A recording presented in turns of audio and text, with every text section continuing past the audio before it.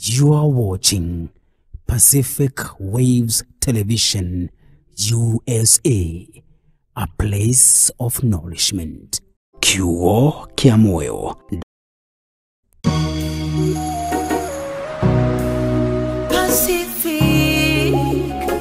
Pacific Waves.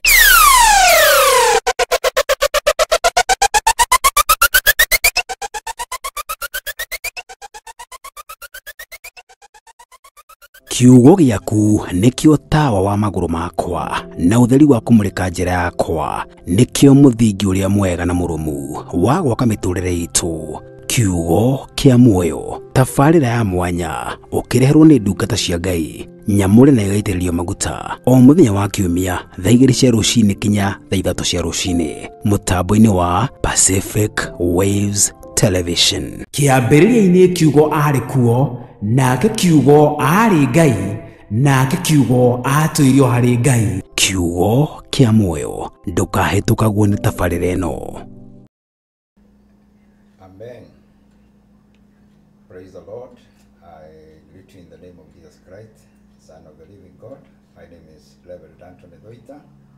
I welcome you to today show at Pacific Waves Television and radio. I believe we'll be blessed together. Amen. Thank you for all joining us. Thank you for tuning in wherever you are. The Lord bless you. The Lord keep you. And we love you all. You can share this broadcast and be blessed as we share the word of God together. Today I want to share about identifying false prophets and heresies, how to identify. Jinsi ya kupambanua mafundisho ya uongo na jinsi ya kuweza kuyashida. Amen. And what the scripture or the word of God says about the false prophets and the cults and the heresies. Tuko nyakati ambazo false prophets wamekuwa wengi na pia mafundisho ya uongo yamekuwa mengi, na haya ni mambo yaliyotabiriwa ya kwamba siku za mwisho.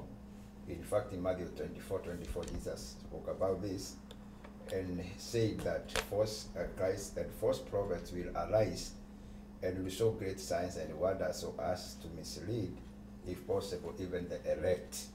Kwa hivyo ni rahisi sana hata mwaminio kudanganyika kwa sababu ni unabii wa nyakati za mwisho ya kwamba false prophets wataongezeka. Na tuombe tunapolimega neno hili. Baba, katika jina la Yesu Kristo, na kushukuru na kuinua.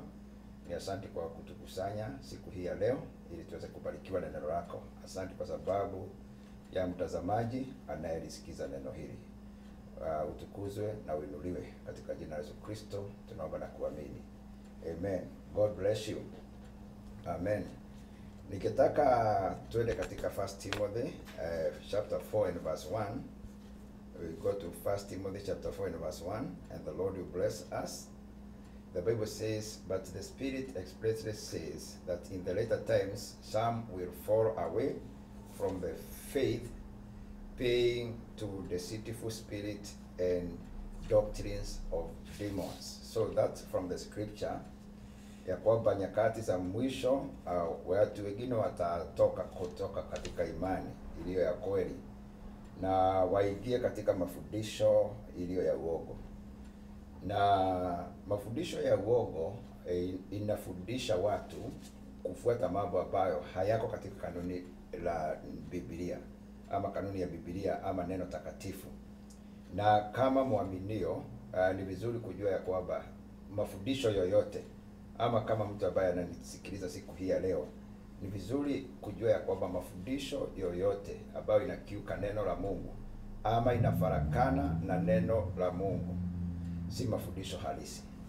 The Bible says, Psalms 12 and verse 6, the word of the Lord are pure word, like silver tried in the furnace, ever purified 7 times. And in the scripture, the Bible says the word of God is forever settled in heaven. So any teaching, any doctrine that does not or is not supported by the scripture is a false doctrine. That is one of the measures we should look at when identifying the false prophets and the true prophets, or the right doctrine and the false doctrine. Nikitaka pia tuweze kuona neno ambalo lineno na mtume Paul na litaweza kutuongelesha siku hii ya leo katika Wakorintho wa pili 11 ama 11 na mstari wa pili mpaka wa 4. 2 Corinthians 11. 2 Corinthians 11 from 2 to 4. In fact, na tamani maneno ya mtume Paulo ambayo anayazungumza kwa sababu anaongea kuhusu wivu. Huu ni of course ni ule wivu wa kiungu. Kuona mambo ya kwamba hayaendi sawa na inakuumiza. Amen. Hata siku hizi huwa tunaumia tukiona watu wakifuata mambo ambayo haiko katika kanuni ya Biblia takatifu. Ama mambo ambayo haiko katika imani iliyo ya kweli. Na wamezama kabisa. Inaumiza. Yeah.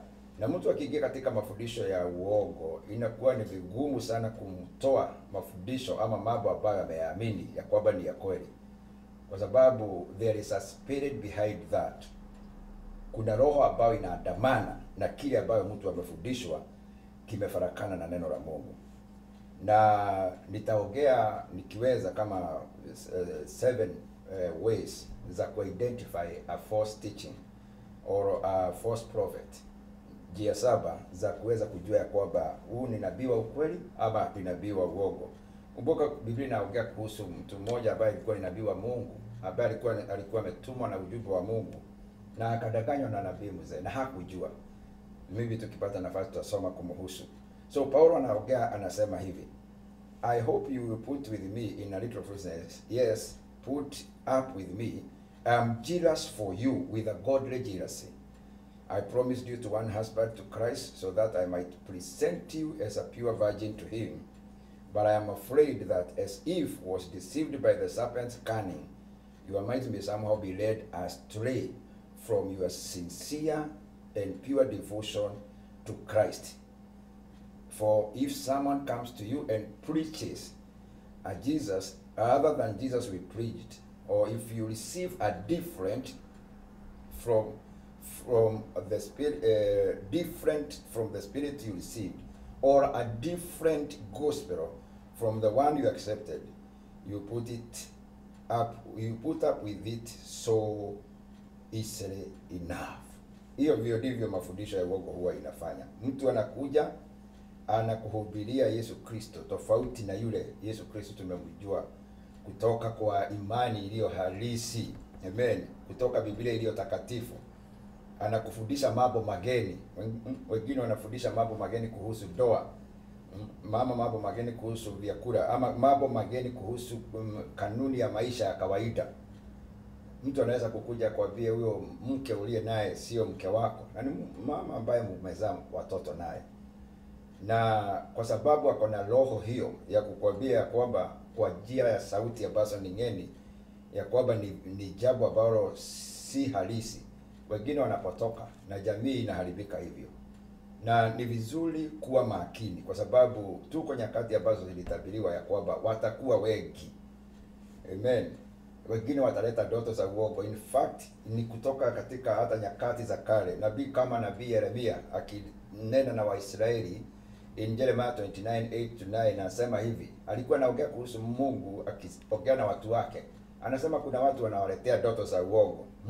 This is what the Almighty, the God of Israel says, do not let the prophets and diviners among you. Wengine wanaitwa diviners. Wanatumia roho ya divination. Divination ni roho inaona mambo ijapokuwa si Mungu anaonyesha. Ni roho ambayo inaona kitu ambayo inakaa ni kweli. Anaweza kuambia tu ukweli, lakini si roho wa Mungu. Ni roho ambayo ni ngeni. Na ni roho inafanya kama uko ndani ya roho utasikia woga usio mzuri. Na kwa hivyo nabii Yeremia aliwaambia kuhusu watu kama hawa akasema, do not let the prophets and diviners among you deceive you. Do not listen to the dreams. You encourage them to have. They are prophesying to you lies in my name. I have not sent them, declares the Lord. Mungu akasema, Bwana wa majeshi, mimi sio ambaye nimewatuma. Wanakuja na mafundisho yakiwa ya uongo na ndoto za uongo. Kwa hivyo mtume Paulo anasema, nasikia wivu kwa sababu umepotoka kama vile Eve mama yenu aliyodanganywa. Unajua hivyo alidanganywa kuipitia hila na ibilisi ama na mwofu. Biblia inasema ya kwamba mnatoka haraka, you are departing quickly and you are receiving a different spirit. Kwa hivyo ni jambo moja, mnaongea ama mnafundishwa kuhusu Yesu mgeni kuliko yule tuliowafundisha. Amen. Ama you are receive a different spirit than the spirit you received. Ukiangalia hiyo spirit ni spirit kidogo, ni roho ngeni, roho ambayo inafarakana na kanuni za Mungu ama kanuni za neno takatifu. Or a different gospel, injili ingine ambayo sio injili ambayo tulifundishwa kutoka mwanzo. Na katika Wagalatia pia Paulo ameongea kuhusu jambo hilo. Galatia 1 na mstari wa 6. Wagalatia 1 mstari wa 6. Mwingine anaweza kuwa ama wanaweza kukuja kama diviners akwambie mpaka jina yako ama mambo ambayo yanahusu jamii, na unaona haya mambo amesema ni kweli, na hiyo ndio inafanya wengi wapotoke ama watoke katika njia ya ukweli, kwa sababu mambo ambayo umeambiwa inajulikana ama unaijua ni ya kweli, unafikiri ni Mungu na si Mungu. Hapa Mungu anasema mimi sio nimewatuma. Nikitaka kuambia tunaishi kipindi cha Roho Mtakatifu ambaye amemiminwa kwa kanisa, jambo ambalo unaweza kuambiwa liwe ngeni sana kwako usilipokee, ama jambo lolote linatia hofu. The Bible says the God has not given us the spirit of fear, of timidity, but the spirit of power, love and sound mind. Roho hizi hutia hofu ama hustua ama hufanya ile mambo unasikia ukiambiwa inakatana na moyo wako. Hiyo sauti iko katika moyo wako ni ya ukweli, inakwambia this is not the spirit of God. Hii si roho wa Mungu. Hata kama ananena mambo mazuri, anatamka mambo mazuri ya Mungu, si roho wa Mungu anamtubia, ni roho ya udanganyifu ama divination. In fact anarudia yale maneno hasa katika kitabu cha Wagalatia 1 mstari wa 6. Galatians chapter 6. Glory be to God. Galatians chapter 1 from verse 6. The Bible says, chapter 1 verse 6, I'm astonished that you are so quickly deserting the one who called you to live in the grace of Christ and are turning to a different gospel. So false prophets or heresies or cults, they follow a different gospel. Wanafuata injili ambayo ni tofauti na injili ya kweli, which is really no gospel at all. Evidently, some people are throwing you into confusion and are trying to pervert the gospel of Christ. Wao wanasema kwamba they try to pervert. To pervert ni kuharibu kwa njia isiyo halisi. Lakini hapo akanena mstari wa 8, but even if we or an angel from heaven should preach a gospel rather than the one we preach to you, let them be under curse. Akarudia tena akasema hivi, as we have already said, so now I say again, if anybody is preaching to you a gospel rather than the one what you accepted, let them be under God's curse. Kwa hivyo msipokee injili kama hiyo, hata kama watakuja na jina gani. In fact Yesu Kristo mwenyewe alisema wengine watakuja na jina langu, now you shall know them by their fruit. Hata mtu akikuja itisha moto ama afanye ishara, unaona mtu kama mtume Paulo, na jambo moja linasaidia mtu kupambanua hii roho ni gift of discernment. Kuna kashana kaliwasubua sana, if you read in Acts chapter 16, nikimalizia, na huyu mshana Paulo walipokuwa pale wakieneza injili, aliwasubua sana akiongea kuhusu Paulo na mtume wale walikuwa nao pale, Silas. Na she was a fortune teller ama diviner. Now the Bible says in verse 16, that is Acts 16:16, and when we were going to the place of prayer, we were met by a female slave who had a spirit by which she predicted the future. She earned a great deal of money for her owners by fortune telling. She followed Paul and the rest of us shouting, these men are the servants of the Most High God, who are telling you the way to be saved. Huyo mshana ungefikiri ni anatumiwa na Mungu. Hajaongea kitu baya, lakini ako na under influence ya roho baya. Although what she is speaking, what she is saying of is true. She kept this up for many days. Finally Paul became so annoyed. Why was Paul annoyed? Kwa sababu kupitia discernment, Paul alisikia hii si Mungu. ijapokuwa anasema sisi ni watumishi wa Mungu, this is not God using her. In the name of Jesus Christ, I command you to come out of her. At that moment, the spirit left her. Paulo mwenyewe mtume akainuka akakemea ile roho ilikuwa iko ndani ya yule msichana ama yule binti, na huyo msichana akawa amekobolewa. When her owners realized that their hope of making money was gone, they seized Paul and Silas and dragged them into the marketplace to face authorities. Hapo ndio Paulo akawekwa katika gereza. Na Mungu apewe sifa kwa sababu kisha baadaye aliwaokoa kutoka katika minyororo ya ile gereza. Maybe niseme kwa haraka sana. Number 1, njia ya kumjua mafundisho ya uongo. Number 1, mafundisho yote ina question the person of Christ. Inakatana na Kristo kama Mungu. Mafundisho mengine ambayo inaongea kuhusu a different view of atonement. Ama ingine ni kuwa overlaish ama kufanya mambo kusidiza kiasi. Kuna mafundisho mengine ambao inafarakana na neno. Vile neno la Mungu linasema inaongea tofauti. They have a different view of the scriptures. Jihadhari na mafundisho kama haya. Bwana wabariki. Wacha niweze kukuombea. Baba, katika jina la Yesu Kristo, na kushukuru kwa sababu ya mtazamaji ambaye amenitazama siku hii ya leo. Iwapo kunaye anapitia mambo ambayo nimeongea, naomba ukombozi wako. Naomba Bwana ukamsaidie ili asiingie katika njia ya upotofu, na kisha baadaye akapoteza maisha yake na imani yake. Na kama vile mtume Paulo alikuwa na wivu wa kiungu kwa watu wako mfalme, naomba mfalme, wale ambao unaoinua katika injili iliyo ya kweli, wawezeshe mfalme kukomboa wale ambao wamepotezwa na nia zao na imani yao imefarakana na neno la Mungu. Na Bwana ukawasaidie kurudi kwako. Katika jina la Yesu naomba na kuamini. Amen. Bwana wabariki. Asante.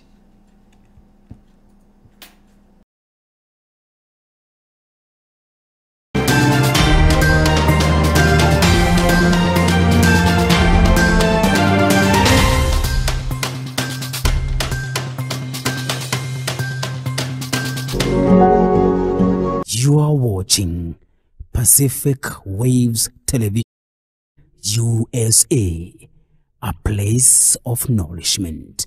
Kiugo kia moyo.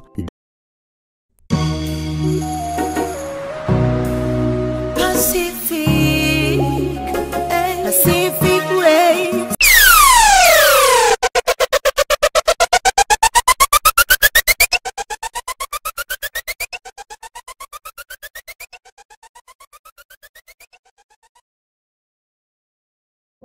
The easiest and most convenient way to send money from UK, EU, US, Canada, and UAE to Africa, Asia, the Caribbean, and Latin America at a great rate with fast transfers to mobile money wallets on popular networks. Use TapTapSend, the best app to send money from your smartphone anytime, giving you an extra $20 bonus for sending any amount above $50 on your first transfer. Then use the promo code KIARIPRESTIGE to claim the bonus. You can send directly to recipient's bank account or M-Pesa number. Join thousands of people worldwide who use TapTapSend app. It's simple. Tap tap and send. Our NMLS ID is 2108069. 2108069. Fast things fast. Go to App Store or Play Store and download TapTapSend money transfer app, and you are ready to go. Remember to use the promo code KIARIPRESTIGE to demand your bonus. TapTapSend. Easy, simple, and fast.